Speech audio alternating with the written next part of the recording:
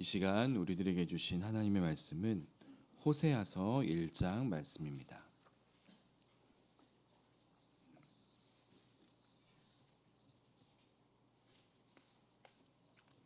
호세아서 1장 8절과 9절 말씀을 우리 한 목소리로 천천히 읽어보도록 하겠습니다. 고멜이 로루하마를 젖댄 후에 또 임신하여 아들을 낳음에 여호와께서 이르시되 그의 이름을 로암미라 하라. 너희는 내 백성이 아니요 나는 너희 하나님이 되지 아니할 것임이니라. 아멘. 호세아서는 북이스라엘을 향해 하나님의 말씀을 전하는 선지서입니다. 호세아는 이 남쪽의 이사야와 비슷한 시기에 활동한 초기 선지자인데요. 여로보암 2세가 왕위에 오른 시대에 사역을 했습니다. 그의 사역 초반에는 이 두 왕국이 모두 다 번성을 했으나 곧 여로보암 2세가 죽고 이제 북왕국이 정치적 혼란에 빠지게 됩니다. 그래서 호세아서가 전하는 메시지의 핵심은 이 미래에 있을 멸망 이후의 하나님의 은혜에 관한 것임을 우리가 알 수 있습니다. 이 호세아서 전반부인 1장에서부터 3장까지는 하나님은 호세아에게 이 창녀와 결혼하라는 명령을 하시는데요. 이는 하나님과 또 이스라엘의 관계를 묘사하는 상징적인 행위였습니다. 그리고 후반부인 4장부터 마지막 장인 14장까지는 이 부정한 이스라엘에게 임박한 이 심판에 대한 경고와 여호와가 그의 사랑하시는 백성을 절대로 포기하지 않으신다는 이 미래의 소망을 담고 있습니다. 이 하나님께서 호세아에게 이 고멜이라고 하는 이 여자와 결혼하라고 명령하시자 이제 호세아는 바로 이에 순종을 합니다. 특별히 이 그들의 이 자녀들에게 붙여진 이름에는요, 이스라엘의 현재의 모습과 또 앞으로의 모습을 보여주는 예언적 의미가 담겨져 있습니다. 이 맏아들 이스르엘이라는 의미는요, 예후가 권력을 잡고 이제 아합 가문을 전멸한 이 유혈 쿠데타와 유사한 심판을 예후의 집에 여호와께서 내리시겠다는 뜻입니다. 그리고 둘째는 딸인데요, 로루하마.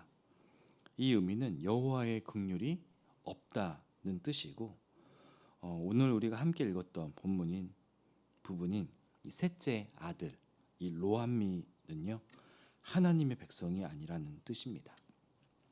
모두가 하나님이 이스라엘에게 말씀하셨던 그 언약과는 정반대죠. 이스라엘에 대한 하나님의 분명한 거절이 그 이름의 뜻 가운데 담겨 있음을 우리가 알 수 있습니다. 이 새벽에 함께 나눌 말씀은 이 고멜을 통해 낳은 세 번째 자녀의 이름, 이 로암미라고 지어주시는 말씀입니다. 그 이름을 통해서 북이스라엘 백성들에게 이제 전달하시고자 하는 그 메시지가 그 안에 담겨 있는데요. 그것은 그들이 더 이상 내 백성이 아니라는 사실입니다. 이 히브리어로 로라는 의미는요, 부정어를 뜻하고요. 암미, 이 암미라는 말은 나의 백성이라는 의미입니다. 이것은 하나님과 이스라엘 백성 사이에 이 언약 관계가 사실상 이제 단절되었다는 의미입니다.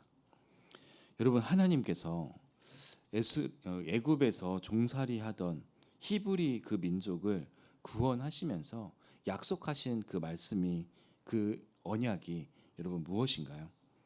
출애굽기 6장 7절 말씀 우리 같이 한번 읽어보도록 하겠습니다. 너희를 내 백성으로 삼고 나는 너희의 하나님이 되리니 나는 애굽 사람의 무거운 짐 밑에서 너희를 빼낸 너희의 하나님 여호와인 줄 너희가 알지라. 아멘.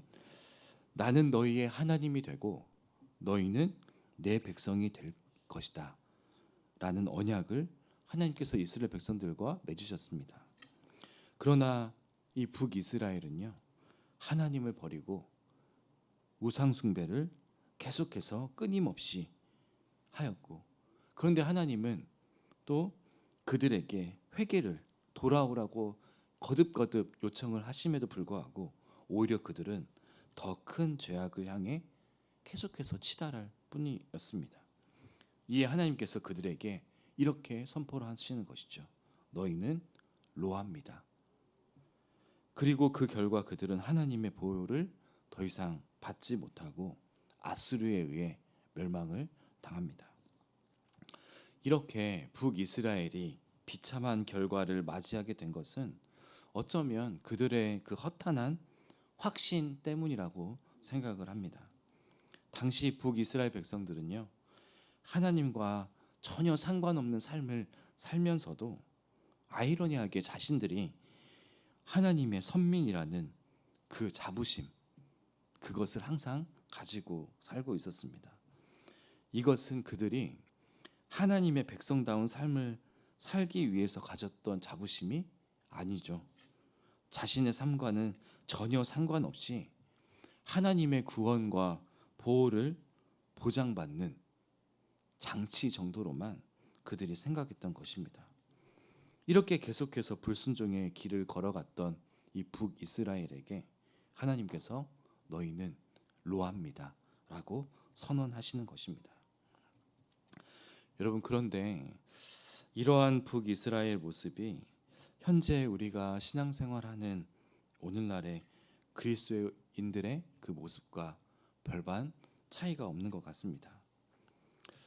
우리는 구원을 받은 하나님의 자녀이니 그냥 막 살아도 괜찮다까지는 아니겠지만 끊임없이 자신의 그 악한 본성을 따라서 그 본성을 쫓아서만 살아간다면 하나님께서 이스라엘 백성들을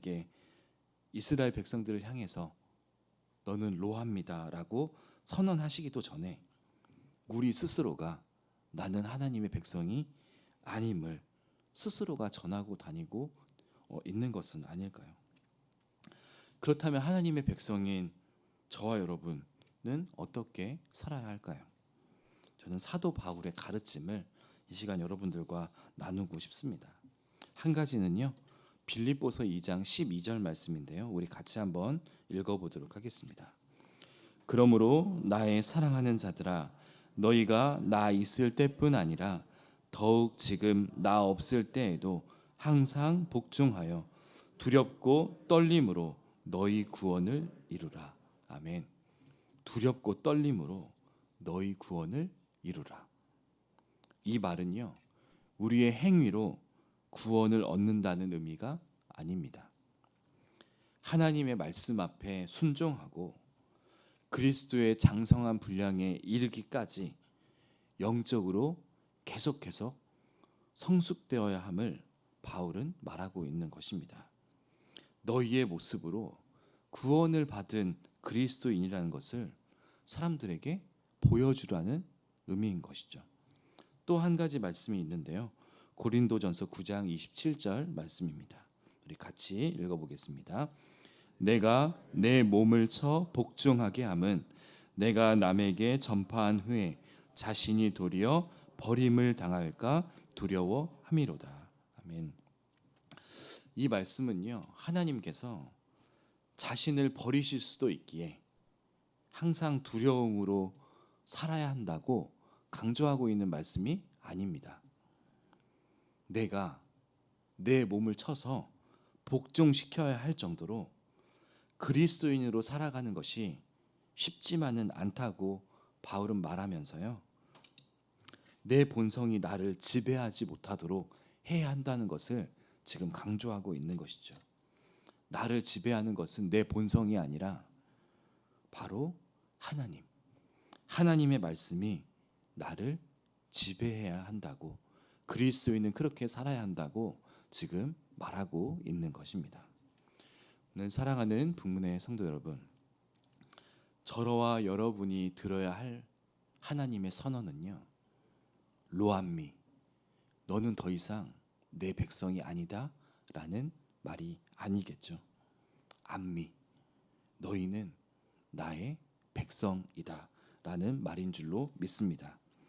저와 여러분의 삶이 우리의 본성이 지배하는 삶이 아니라요, 하나님의 말씀에 지배를 받으면서 영적으로 오늘 또 성숙해져 가는 그리스도인이 되시기를 주님의 이름으로 간절히 축복합니다.